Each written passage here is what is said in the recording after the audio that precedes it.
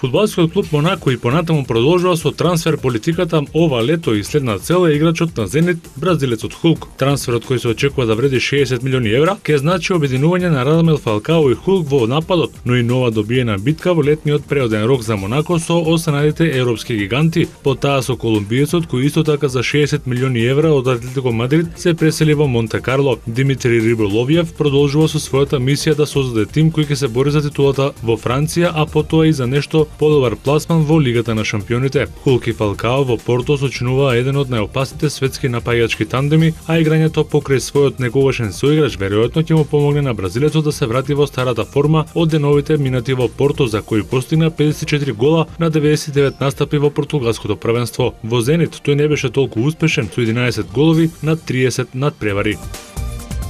По заминувањето на Неймар од Сантос, највачите на клубот веќе може да се воодушевуваат на потезите на Неилтон, кој го сметаат за наследник на новиот играч на Барселона. Неилтон досега постигна 3 гола на 6 надпревари, а 19-годишникот по својата конституција и фудбалските квалитети и потези целосно потсетува на Неймар, наследувајќи го и неговиот дрес со број 11 кој ќе го носи и во Барселона.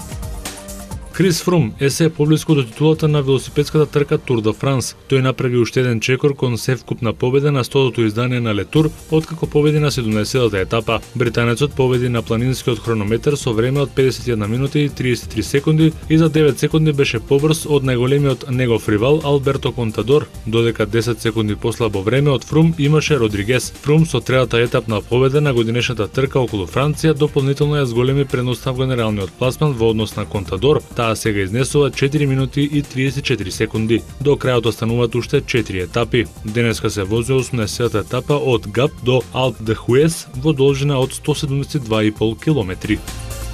Леброн Джеймс ја доби наградата за најдобар спортист на годината во традиционалниот избор на американската телевизиска мрежа ESPN. Тој триумфираше во изборот пред Мигел Кабрера, Ендријан Питерсон и Майкл Фелпс. Покрај наградата за најдобар спортист, Джеймс се загати со наградите за најдобар NBA играч и најдобро шампионско остварување, додека неговиот Мајами е избран за најдобар тим. За најдобра спортистка е прогласена американската тенисерка Серена Вилијамс, која имаше импресивна сезона. Новак Џоковиќ е прогласен за најдобар тенисер, Флојд Мејведер за најдобар боксер, Тајгер Вудс ја доби наградата за најдобар голфер, Усейн Болт за најдобар интернационален спортист, Тиери Анри за најдобар играч во MLS лигата, Майкл Фелпс се загати со наградите за најдобар олимпиец и најдобар рекордер, додека за најдобра олимпика е прогласена Миси Френклин. За најдобар надпревар е прогласен 6-тиот надпревар од овогодишната финална серија во NBA лигата помеѓу Мајами и Сан Антонио, додека за најдобар тренер е избран Рик Питино од универзитетскиот кошаркарски тим Луивил.